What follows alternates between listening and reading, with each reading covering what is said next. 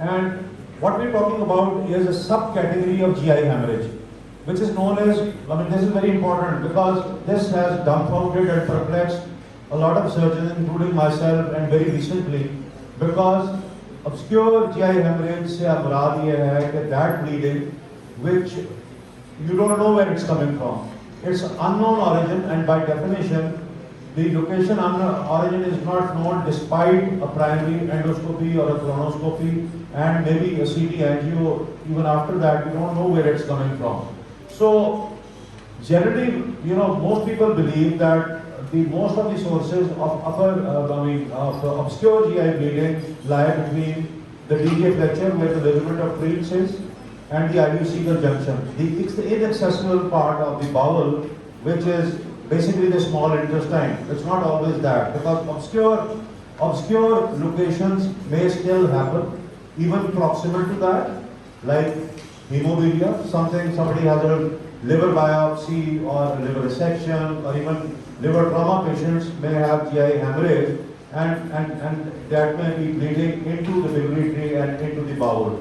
So that's another obscure form, because that is difficult to diagnose. You don't always see that blood squirting or dribbling out of the ampulla of Goiter on an endoscopy, and the patient still is dropping hemoglobin, still having melena, and all that. Then again, there is the possibility of a missed lesion in an area which is accessible to the colonoscope or the esophageal EGD scope, and very frequent examples are Delphi lesions in the stomach, which are not be bleeding all the time. You find a stomach full of blood and clot, but then you don't see any ulcer at that time over there, and the patient bleeds again, right? So that's the kind of situation. Then especially that there are people with hiatus hernias. You may miss a small ulcer, which is known as the Cameron ulcer. Inside a big hiatus hernia, the patient is bleeding from there. Lower GI में चले जाएं, so patients who have diverticular disease, it's very difficult to figure out whether the patient is bleeding from a diverticulum or possibly from somewhere in the small bowel. So generally, 5% of all GI hemorrhage would be obscure for whatever reason. Either a previously missed diagnosis on a scope, or an actual obscure location which is not accessible to the routine upper and lower GI scope. So, this is a list of all the causes of obscure GI bleeding by the American College of Gastroenterologists, and from experience, what I've outlined on this is the main causes that we've been seeing in Sheikh Syed Hospital and in our practice, because we have got a good GI developed unit, and surgery is also GI surgery. इस list के अंदर typhoid haemorrhage और small ball varices का जिक्र नहीं था. हमारा बहुत बड़ा एक जो प्रॉब्लम है इस typhoid haemorrhage. We see 1 or 2 or up to 3 cases per unit per year. That they have, and that's life-threatening hemorrhage. That's overt, like the patients are in shock and they need to be intervened on. Right? Sorry? Okay. So that's just a rough number. In the last obscure GI bleed in the last 18 years or so, we've had about 35 patients. And now there are two kinds of obscure GI bleed. One is the slow ooze or slow blood loss. The patient never goes into shock but has side effects of melena or usually melena, because upper GI hemorrhage hematemesis is very rare with obscure GI bleeds unless they're really proximal. So these patients will have this iron deficiency and persistently positive fecal occult blood testing. So they give you time to figure them out, work up on them, and while somebody is giving them iron supplements, maybe you're doing tests to figure out where the bleeding is coming from. What I'm going to focus on right now is obscure overt GI bleeding, that's clear-cut blood in the stool usually, or maybe hematemesis. So it is obvious bleeding. Now some of these patients may have repeated admissions and the bleeding may intermittently stop. They keep on going and coming back to the hospital, and some may present to you in profound shock, and you don't know where the bleeding is coming from. You have an endoscopy and they say nothing up there, pure bile in the duodenum, and you do a colonoscopy, full of blood, can't see anything. So, that's the kind of situation, and the patient is compromised. Some of these patients may be so compromised that they may not give you time or the convenience or the safety of having some radiological investigations done in them. So I'll just quickly comment on a few radiological and you know, some strategies that may be helpful. But my main focus is what happens when you're left with nothing else and you need to deal with the patient surgically. So now obscure GI hemorrhage, because we're focusing on them, these patients, remember, we must keep in mind in the overt, the massive hemorrhage, they usually have a definitive lesion, and they are the ones who are likely to suffer in terms of mortality. They can have mortalities and morbidity. ठीक है ना? इनके साथ problem ये होता है कि repeated admissions होती हैं, repeated blood transfusions होती हैं, the life is disturbed. These are the patients who are bouncing back and forth from hospital to hospital or keep on coming back from to the hospital without any diagnosis because they have had multiple endoscopies and colonoscopies, and some may have had CT scans and some may have had CT angios, just keep on bleeding. So the main crux is that if the diagnosis is, because it's often delayed, this may lead to serious morbidity and occasionally mortalities also. So a history and examination is very, very important in these kinds of patients because that will guide you. जो obscure GI hemorrhage है, usually coming from the small bowel will present as either hematochezia, melena, or massive fresh blood down the bottom end. Rarely there will be hematemesis. If there is a more proximal source or a more proximal wrist source, these patients may have hematemesis also. So whatever, the best thing is that you resuscitate them if they are required to be resuscitated, and you investigate them. But I think that a repeat endoscopy or a colonoscopy or both are required because and now this time you see who's done it first, and now in senior hands you repeat these and see whether something is missed or not.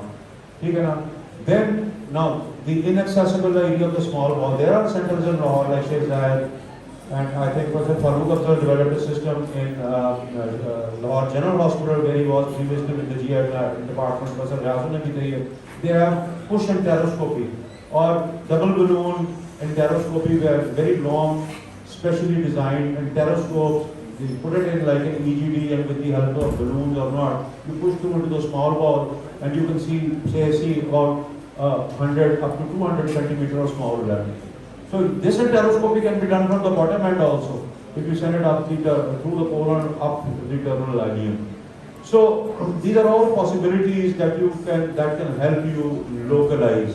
But the sensitivity is somewhere in the zone of 50 to 60% because you may still be something missing. You may still be missing something, say, for example, in this small bowel.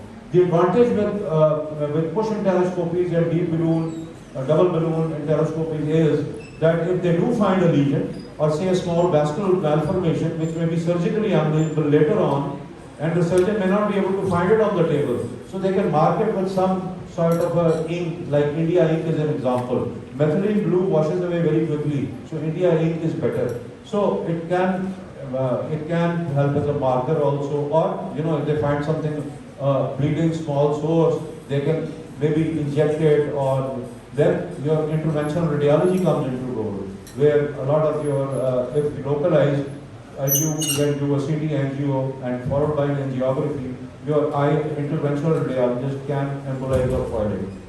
Okay. So now the big thing about, traditionally tag the red blood cells and Meckel scan, which is similar, which is also a technician protected scan to localize. In short, in Moore right next door, we have a facility where it takes about 6 hours to do it. You can't do it in an unstable patient. You have to resuscitate them, you can't shift them to a Moore. It takes about 6 hours to prepare the tap red cells, tap them with technetium, and then inject and then see. To my colleagues from multiple cases, I have never been able to translate a tag RBC scan into the actual location. Bleed karta hai, nazar bhi aa jata hai, goes down, the blood goes down the bowel, maybe lying somewhere else. So you end up misinterpreting generally. So I have never found in exact correlation with a red blood cell scan. However, cross-sectional imaging, CT enterography, enteroclysis, CT angiography, especially if the patient is bleeding at that time, and a minimum bleeding rate of 0.5 ml per minute is expected for anything to show up on a CT angio is helpful. Okay, the diagnostic yields, again, you will see that this is literature with reference for all over the world. The diagnostic yield is still not more than about 50%. Okay, so capsule endoscopy, we have it at Syed Hospital, I think LGH has it also. The cost is prohibitive. The capsule is big, जिनकी previous surgeries हुई हो, adhesions हो, यहाँ कोई obstruction के साथ ही आ जाए उसमें वैसे ही contraindicated है. और you know, years back it was 50 to 60,000 rupees a capsule. Now it's, I don't know, and typical strengths of import, it's a problem. This thing is good. I mean, the sensitivity is higher, but I mean, what the capsule for the final year students? The capsule does is takes about 20 pictures per second. And with the help of artificial intelligence, this thing, which has the top 100 features, out of those hundreds of pictures, it finds the most specific 100 pictures and presents them to you. So localization is easy, but again, this thing can have complications too. You can still obstruct on it, or it can be retained, especially if you've had adhesions or you have a stricture or something. It's a big capsule, right? Angiography is the hallmark. Endoscopic maneuvers, injections and clips and all that, or angiographic ablation, embolization or putting coils in there has been the biggest barrier between the GI bleeders and the surgeons now, because हमारे cases बहुत कम हो गए हैं. Gastrointestinal artery bleed, upper GI, I mean it's like only 1 or 2 a year. Variceal hemorrhage, अब हमें operate ही नहीं करना पड़ता. In ages there are 2 cases because endoscopic or IR methods take care of that. Now, coming back to the surgical thing. Now everything is fair. You have an upstairs GI bleeder and you have some direction that, I mean, history and physical examination is of course very important. It will give you an idea that what you're looking for once you have the abdomen open. Laparoscopy of course has been tried, but in my hands, a compromised patient with heavy duty GI bleeding should have an open operation because then my hands can feel and I can work more quickly. Okay, so this young male, these are male cases, young male, fever, massive fresh lower GI hemorrhage, shock. Upper and lower GI scopes done, repeated twice, nothing could be done. So, no. Provisional diagnosis clinically, typhoid hemorrhage. Okay, so we take the patient to theatre and we go prepared. The GI assistant professor or senior registrar comes along. The vigilance man also comes along if required, and we have both upper GI, lower GI scopes available in theatre at that time. And we are mentally prepared to do an enteroscopy. That when you have the open abdomen, you can make a small hole in the small intestine and put, say, if you have a colonoscope, up and down the bowel and have a look. This particular patient, we took him to theatre under anesthesia, first an EEG first to confirm कि हम कोई चीज़ miss तो नहीं कर रहे, कहीं ऊपर से upper GI hemorrhage तो नहीं है, miss तो नहीं, क्योंकि ये operate मैंने करना है. इसके बाद जो है ना, जैसा फजल साहब ने भी कह दिया कि एक दफ़ा पूरी सिस्टेक्टमी कर दी है और उसके बाद ERCP की भी कॉम्प्लिकेशन होगी, पता नहीं चलता कि फिर ये कॉम्प्लिकेशन क्यों हुई है, लैब थोड़ी सी हुई है या उसी ERCP की वजह से. So now I'm responsible, so I make sure that there is actually no source. I'm now with him. वो कहता नहीं, that's the second part of the duodenum, all bite, no blood. मैंने कहा इसका कोई telangiectasia का जिक्र था स्टमक के अंदर previous scopes के ऊपर, वो दिखाओ. तो उसने दिखाया कि ये pull back, उसने he did a loop, he looked back. That's the gastroscopy junction. There are telangiectasia there. This chap had telangiectasia, but he wasn't bleeding from there. No blood in the stomach. No hematemesis ever. ठीक है ना, history guiding us, upper GI scope in theatre on the table guiding us. ठीक है जी. तो हमने इसकी फिर laparotomy की. ठीक है, लेप्रोटमी करने के बाद we opened a small bowel. We put the laparoscope in there, and I was guiding, the colonoscope down the terminal ileum and into the cecum, washed it out, and that's what we found. Under the nipple of the terminal ileum is that ulcer which was actively bleeding. There's some clot there, and the throat is where the push karta tha, push. This patient ended up with a right hemicolectomy and an exteriorization of both the ends. Endogeostomy, and a mucus fistula. Why? I could have done a primary anastomosis, मुझे तो tablet भी मिल गया था. पीछे बीमारी typhoid है, typhoid does not heal, नहीं छुड़ती, दे leak. सो एंडोलियोस्टमी दूसरा ये है कि अगर ये कहीं और से भी ब्लीड करता है तो इस एंड से करता है, ये इस एंड से करता है, मुझे पता लग जाएगा और मैं अगर इसको दोबारा स्कोप डालना चाहूँ तो इधर से भी डाल सकता हूँ, इधर से भी डाल सकता हूँ. So I felt safer doing an end ileostomy in mucous fistula. Okay, so you do a laparotomy and you could do a laparoscopy. I am the laparotomy man. You run the bowel. Now this is important for the senior registrar if they are ready. आप you run the bowel. सारी bowel देखें कोई obvious lesion तो नहीं है, कोई tumour या कोई ऐसी चीज तो नहीं पड़ेगी जो मिस हुई है प्रीवियस सीटीज के ऊपर या कोई ऐसी, ठीक है ना. उसके बाद you empty the bowel. DJ flexion से शुरू हो जाए, you start milking it. 2 foot जाके क्लैंप में बड़ा बुलडॉग लगा दे. Then you milk it, खाली करके बुलडॉग लगा दे. फिर खाली करके the whole bowel. Last case, this gentleman typhoid hemorrhage I showed you, I milked him and I put clamps at 2 feet. All along bulldog, there was a set of 24 bulldogs ready. ठीक है? So that's called segmental clamping.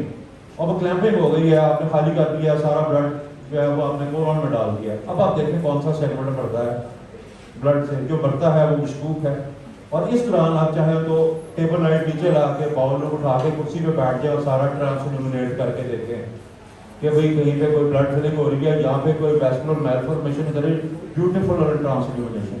आप कुर्सी पे नहीं बैठना चाहते तो laparoscope का कैमरा साथ रख लें, ओपन सर्जरी के पीछे से दिखाएं, बाकी लाइटें बंद कर दें, ट्रांसल्यूमिनेशन होगी, बाउल नजर आएगा. ठीक है जी. और फिर last but not the least, do not go in there on obscure GI bleed without an intraoperative enteroscopy system available.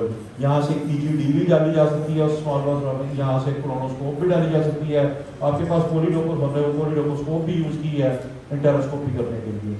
Long and thing है friendly. Okay, so that's the operative strategy. ठीक है ना. सो अब क्वेश्चन ये है कि resection and anastomosis या resection and स्टीरिलाइजेशन, इसका जवाब मैंने दे दिया. टाइफाइड में तो स्टीरिलाइजेशन है ही है. अगर कोई ट्यूमर निकल आया है, कोई चीज़ आप खुश हैं अभी और कोई ब्लीडिंग सोर्स नहीं है तो आप उसकी प्राइमरी एनास्टोमोसिस कर दें. ठीक है. लेकिन जहाँ शक है, you got a lot of peoples with renal failure, elderly, on dialysis and they have obscure GI bleed. Colon full of blood, there is the traditional technique of Moisa will agree of doing a blind right hemicolectomy if you found nothing else and sterilizing the 2 ends. उसके बाद दुआ करें कि bleeding ना हो. अगर जिस and से भी ब्लीडिंग होगी तो उसको उतार के देख लें. ठीक है जी. And a lot of them would respond. Modern teaching इसके ऊपर जो गाइडलाइन है वो ये है कि आप राइट हेमिकोलेक्टमी ब्लाइंड ना करें. आप टर्मिनल लूप इलेक्टोमी कर दें, उसको बाहर निकाल लें, सिंपल प्रोसीजर है, और फिर देखें ब्लीडिंग कहाँ से होती है. तो वो उसके अंदर फिर लूप इलेक्टोमी में आप दोनों साइडों पे स्कोप डाल के देख सकते हैं जहाँ से ब्लीडिंग हो रही है, कहाँ से आ रही है. So these are all options depending on the case. So blind right hemicolectomy versus loop ileostomy, that's the thing. Scenario 2, I call it the 100. ये बंदा जवान आदमी 2 साल से फॉलोअप में था GI के साथ और भी हॉस्पिटल में हमारे साथ भी. In the year 2022 he received 100 blood transfusions. Massive मलीना होता था फिर रुक जाता था, मैसिव मलीना होता था, फ्रेश ब्लीडिंग होती थी पर एकदम फिर रुक जाती थी.